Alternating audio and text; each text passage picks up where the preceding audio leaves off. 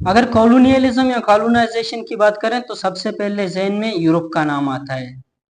Europe का नाम इसलिए ज़हन में आता है क्योंकि यूरोप ने 500 साल तक दुनिया की आधी से ज़्यादा ज़मीनों को कब्जा करके इनकी वसाइल को लूटा था।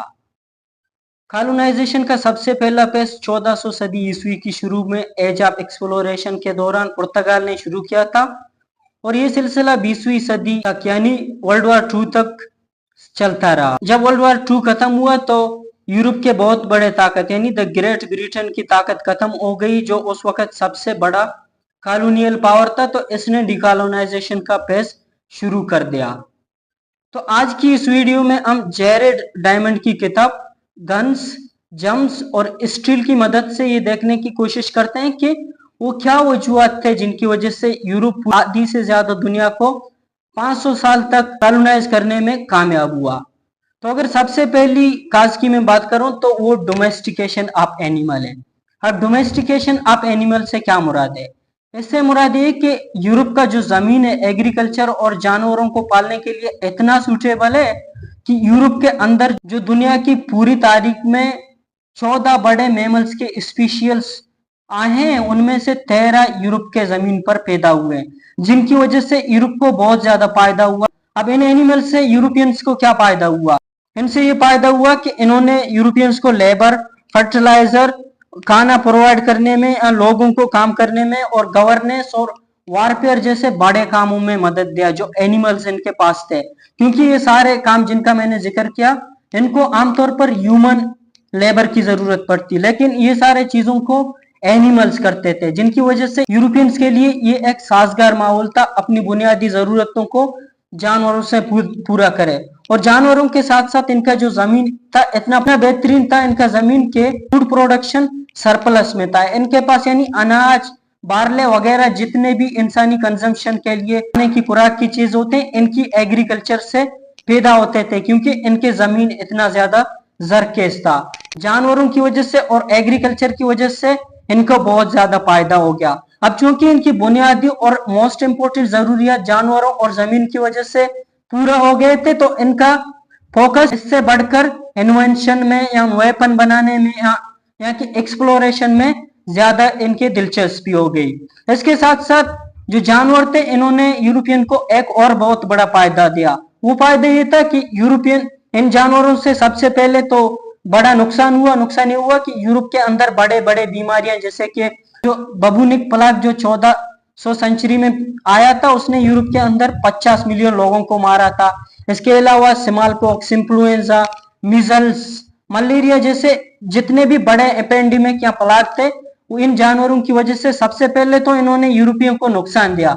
लेकिन बाद में क्या हो गया कि यूरोपियन की जो इम्यून सिस्टम थी, ये सारे वायरसेस के खिलाफ इतना ज्यादा मजबूत हो गया कि यूरोपियंस को उल्टा फायदा होने लगा कि वो किसी भी जमीन में जाते थे किसी को कॉलोनाइज बनाने में, वहां पे कोई भी बीमारी इनको असर नहीं करता था। अगर देखा जाए कि नए इलाके के लोग किसी दूसरे इलाके में जाते हैं, वहां की आबो हवा उन्हें सताती है, लेकिन चूंकि यूरोपियंस ने जानवरों की वजह से बहुत बड़े एपेंडेमिक सहे थे, तो इनका इम्यून सिस्टम इतना स्ट्रॉन्ग था, जब वो अमेरिका गए, अफ्रीका गए, यहाँ के एशिया आए, तो यहाँ की नेटिव बीमारियों ने उनको कुछ नहीं किया। इसके साथ साथ जो यूरोप के बड़े बीमारियां थे, मिसाल के तौर पर स्मॉल पॉक्स था या दूसरे बीमारी बबूनिक प्लेग की बात मैंने की, तो इससे क्या होता था कि जब यूरोपियन दूसरे कॉन्टिनेंट्स में जाते थे, अफ्रीका में, अमेरिका का मिसाल ले लें जो 1492 में डिस्कवर किया था, तो क्या हुआ जब यूरोपियंस अमेरिका गए, उसको डिस्कवर किया, तो इनके अंदर जो बीमारियां थी स्पेशली स्मॉल पॉक्स, इसकी वजह से अमेरिका की जो नेटिव अमेरिकन थे उनके पॉपुलेशन की 90% लोग मर गए। लेकिन यूरोपियन को कुछ नहीं हुआ उनकी बीमारियों से, क्योंकि इनका जो इम्यूनिटी सिस्टम था ये बहुत स्ट्रॉन्ग था। तो इसीलिए इस किताब में जम्स का जो एक्सप्लेन किया गया, तो जम्स ने भी यूरोपियन को बहुत ज्यादा मदद दे दिया, इनकी इम्यूनिटी सिस्टम बेहतर हो गया। इन्होंने जहां गया वहां के लोगों को अपनी बीमारियों से तो मार दिया, लेकिन वहां की जो बीमारियां थे उनके साथ उनकी इम्यून सिस्टम लड़ सका। इसके साथ साथ एक और बड़ी वजह ये थी कि इतने सारे जब ये बीमारियां यूरोपियंस को लगे थे, तो इन्होंने मेडिसिन डिस्कवरी भी शुरू कर दी। मिसाल के तौर पर ये लोग यूरोपियन अफ्रीका गए, तो वहां पे मलेरिया बहुत खतरनाक तरीके से बाहर के लोगों को मारता था। अफ्रीकन तो इम्यून थे उससे, लेकिन बाहर के लोग नहीं थे। तो जब यूरोपियन वहां पे अफ्रीका पे गए कॉलोनाइज बनाने के लिए, तो मलेरिया ने पहले तो लोगों को मारना शुरू कर दिया, लेकिन इन्होंने बाद में मेडिसिन डिस्कवरी की। इसके साथ साथ जितने भी बड़े प्लाग थे इनके खिलाफ यूरोपियंस ने मेडिसिन डिस्कवर की। तो इससे यूरोपियंस को बहुत बड़ा फायदा ये हुआ कि जिस इलाके में जाते थे वहां के इलाके के लोगों को कब्जा करते थे, उनकी जमीनों को कब्जा करते थे। कोई बीमारी किसी चीज का मसला नहीं था। इसके बरक्स अगर दूसरे कॉन्टिनेंट के लोग यूरोप जाते तो वो वहां के बीमारियों को सरवाइव नहीं करते। जब यूरोपियन ने इन सारे मसाइल के साथ लड़ना सीख लिया तो उन्होंने फैसला किया क्यों ना अब हम मॉडर्न और ज्यादा पावरफुल हथियार बनाएं। तो चूंकि उनकी बुनियादी जरूरत पूरी हो गई थी तो उन्होंने हथियार बनाने पे फोकस किया। अब चूंकि उनके पास मॉडर्न वेपन्स आ गए 1500 सदी की निस्बत या कि 1600 सदी की निस्बत, तो उस वक्त दूसरे कॉन्टिनेंट के लोगों के पास इतना मॉडर्न वेपनरी नहीं था। तो यूरोपियन जब गए दूसरे कॉन्टिनेंट्स में तो इनके लिए उनको कब्जा करना आसान था, क्योंकि इनके जो वेपन्स थे उनके सामने किसी भी इलाके के लोग नहीं टिकते। मिसाल के तौर पर जब इन्होंने अमेरिका को डिस्कवर किया था तो वहां पे ताकत के बलबूते पे साउथ अमेरिका पर इन्होंने कब्जा किया था। चूंकि इनकी वेपन्स इतना ज्यादा एडवांस थे तो नेटिव अमेरिकन इनसे नहीं लड़ सके। तो इसका एक और बहुत बड़ा वजह इनकी वेपन्स मेकिंग थी, जिसकी वजह से ये पूरी दुनिया में कामयाब हो सके।